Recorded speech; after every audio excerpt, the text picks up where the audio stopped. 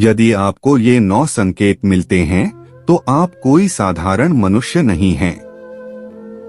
इस संपूर्ण विश्व में सर्वशक्तिमान ईश्वर ही है और उनकी इच्छा के बिना एक पत्ता भी नहीं हिल सकता है। यह बात समय समय पर सिद्ध हो चुकी है कि ईश्वर प्रत्यक्ष रूप से भले ही दिखाई ना दें, लेकिन अप्रत्यक्ष रूप से वह इस संसार के कण कण में बसे हुए हैं। यह बात भी सत्य है कि हम में से कुछ लोग बहुत भाग्यशाली होते हैं क्योंकि उन पर ईश्वर की विशेष कृपा होती है और कुछ ऐसी शक्तियां उनके आसपास हमेशा विद्यमान होती है जो हर समय उन्हें सही मार्ग दिखाती है और हर मुश्किल में उनकी सहायता करती है। यही नहीं, यह ईश्वरीय शक्तियां कुछ ऐसे व्यक्तियों को चुनती है जो खुद भी सही मार्ग पर चले और दूसरे लोगों का भी सही मार्गदर्शन कर सके तथा उनकी सहायता कर सके। लेकिन हमें कैसे पता चल सकता है कि किन व्यक्तियों के पास अलौकिक शक्ति है या कौन से व्यक्तियों पर ईश्वर की कृपा है? तो आपको बता दें कि हमारे प्राचीन ग्रंथों में कुछ ऐसे संकेतों के बारे में बताया गया है जिनसे हम यह समझ सकते हैं कि किन व्यक्तियों पर ईश्वर की कृपा तथा अलौकिक शक्तियां हैं। तो चलिए जान लेते हैं उन संकेतों के बारे में। पहला संकेत, जिन व्यक्तियों के अंदर काम, क्रोध, ईर्ष्या, मोह माया, लोभ तथा अहंकार जैसी भावनाएं नहीं होती, उन व्यक्तियों पर ईश्वर की विशेष कृपा होती है। ऐसे व्यक्ति व्यभिचार नहीं करते, उन्हें क्रोध नहीं आता या अपने क्रोध पर काबू रखना आता है। ऐसे व्यक्ति अपने मुख से कभी गाली गलौज नहीं करते। ऐसे व्यक्ति अपने मन में ईर्ष्या की भावना न रखकर दया और प्रेम की भावना से दूसरों से पेश आते हैं। ऐसे व्यक्ति संतोष वृत्ति के होते हैं, यानी कि उसे किसी भी वस्तु का अत्यधिक लालच नहीं होता है। उसे जितना प्राप्त होता है उसमें वह स्वयं को संतुष्ट मानते हैं। दूसरा संकेत, यदि किसी व्यक्ति को सपने में कई बार मंदिर या उसके आसपास का परिसर दिखाई देता है तो शास्त्रों में ऐसे व्यक्ति को भाग्यशाली माना गया है।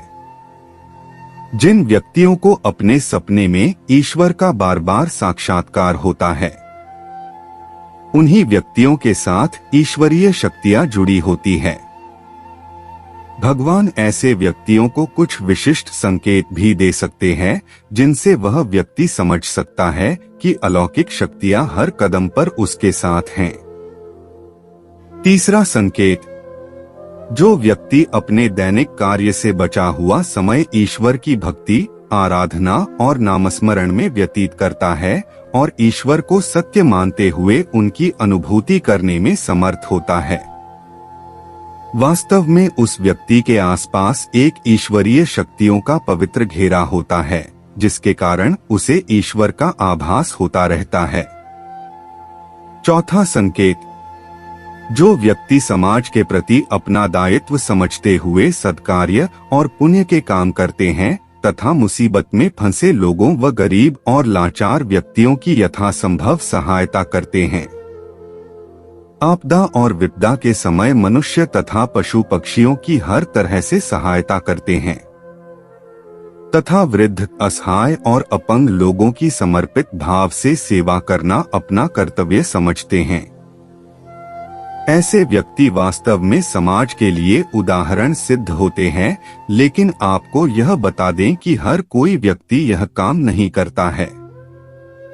यह काम केवल वही व्यक्ति करते हैं जिस व्यक्ति के ऊपर भगवान की विशेष कृपा होती है, तभी उस व्यक्ति के अंदर ही ऐसे गुण उत्पन्न होते हैं। ऐसे व्यक्ति अंत में मोक्ष प्राप्त कर लेते हैं। पांचवा संकेत, ईश्वरीय कृपा प्राप्त व्यक्तियों में एक अनोखी शक्ति भी होती है और वह शक्ति है पूर्वाभास। पूर्वाभास यानी कि भविष्य में होने वाली कुछ विशेष घटनाओं का पहले ही आभास हो जाना। अगर आपको भी भविष्य में होने वाली कोई दुर्घटना या कोई अच्छी घटना के बारे में पहले ही अंदाजा लग जाता है तो आपके ऊपर भगवान की विशेष कृपा है। छठवां संकेत, कुछ लोगों को हमेशा अपने आसपास एक विशिष्ट प्रकार की सुगंध का अनुभव होता है। हमेशा सुगंधित फूल, अगरबत्ती, धूप या कपूर जैसे पवित्र सुगंध का झोंका सा हवा में तैरता हुआ महसूस होता है, तो यह उसके आसपास ईश्वर की उपस्थिति का संकेत तथा देवी देवताओं का आशीर्वाद होता है। 7वां संकेत, ईश्वर का समय यानी कि ब्रह्मा मुहूर्त सुबह 3:30 से लेकर 5:30 या 6 बजे तक का समय होता है। हमारे शास्त्र में इस समय को बहुत ही महत्वपूर्ण माना जाता है। ब्रह्मा मुहूर्त को देवताओं का समय माना गया है क्योंकि इस समय के वातावरण में एक सकारात्मक ऊर्जा का संचार होता है। यदि किसी व्यक्ति की नींद प्रतिदिन ब्रह्मा मुहूर्त में अपने आप ही खुल जाती है और वह व्यक्ति अपने अत्यंत प्रसन्न चित्त से अपने नित्य कर्म से निवृत्त होकर ईश्वर की आराधना करता है और उगते हुए सूर्य को अर्घ्य देता है, तो ऐसा व्यक्ति निश्चित रूप से ईश्वर की इच्छा के अनुसार ही ऐसा करता है। उसे ऐसा करने के लिए ईश्वरीय शक्तियां प्रवृत्त करती है, यानी कि ऐसे व्यक्ति पर भगवान की कृपा बनी हुई है। 8वां संकेत, कई बार हम किसी मंदिर या धार्मिक स्थल पर भजन कीर्तन या कथा सुनने जाते हैं। कितने भी सुंदर भजन हो या कितनी भी अच्छी कथा हो, बीच बीच में हमारा ध्यान भटक जाता है और हम कभी अपने घर के विषय में, कभी अपनी किसी समस्या पर या फिर अपने आसपास बैठे लोगों का विचार करने लगते हैं। लेकिन कुछ लोग ऐसे होते हैं जो भजन कीर्तन या कथा सुनने में इतने लीन हो जाते हैं कि उन्हें किसी बात का होश नहीं रह जाता। उन्हें बस अपने आसपास पवित्रता का एहसास होता है और बहुत ही शुभ ध्वनियां सुनाई देती हैं। तो ऐसे व्यक्ति का साथ निश्चित ही अलौकिक शक्तियां दे रही हैं।